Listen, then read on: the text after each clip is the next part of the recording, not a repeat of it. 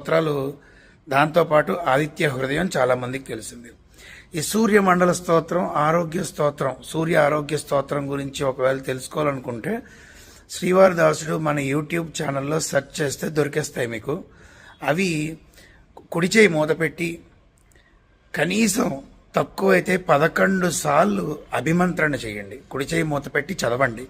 చదివిన తర్వాత ఆ నీళ్లు గనక మీరు తాగినట్లయితే చాలా చాలా మంచి ఫలితం వస్తుంది. వెంటనే ఏమి కనబడకపోవచ్చు, కానీ దాని ఫలితం ఎంత బాగుంటుంది అనేది మీకు ముందు ముందు తెలుస్తుందన్నమాట.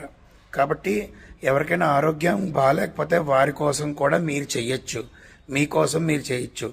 ఇంట్లో కనీసం ఒక్కళ్ళైనా చేసి ఆ చెంబులో నీళ్లు అందరూ తాగితే చాలా చాలా మంచి జరుగుతుంది.